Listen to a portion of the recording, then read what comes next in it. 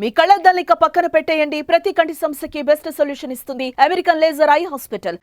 YouTuber Harsha Sai తనపై లైంగిక దాడి చేసి పెళ్లి పేరుతో మోసం చేశాడంటూ ఓ యువతి నార్సింగి పోలీసులకు ఫిర్యాదు చేసిన విషయం తెలిసిందే.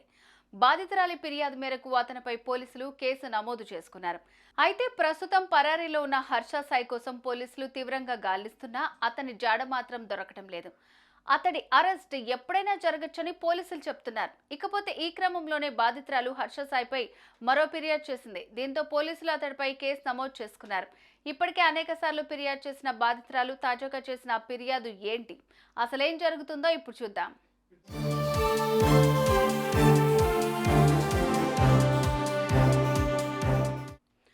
హర్ష సాయి ఒకప్పుడు ఫేమస్ యూట్యూబర్, ఇప్పుడు మాత్రం లైంగిక ఆరోపణలు ఎదుర్కొంటున్నాడు. ఇక పరారీలో ఉన్న ఆయన కోసం పోలీసులు తీవ్రంగా గాలిస్తున్నారు.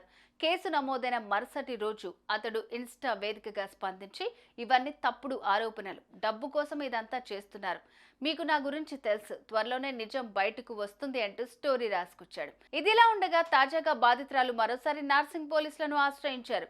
హర్ష సాయి సోషల్ మీడియాలో తనపై కావాలని ట్రోలింగ్ చేయిస్తున్నారని ఫిర్యాదులో పేర్కొన్నారు.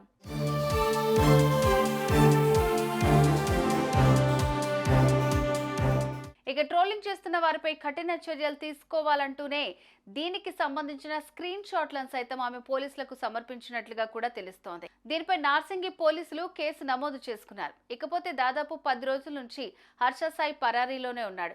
బెంగళూరు, గోవాలో ఉన్నట్లుగా పోలీసులు అనుమానిస్తున్నా ఇంతవరకు అతడి జాడ మాత్రం దొరకటం లేదు.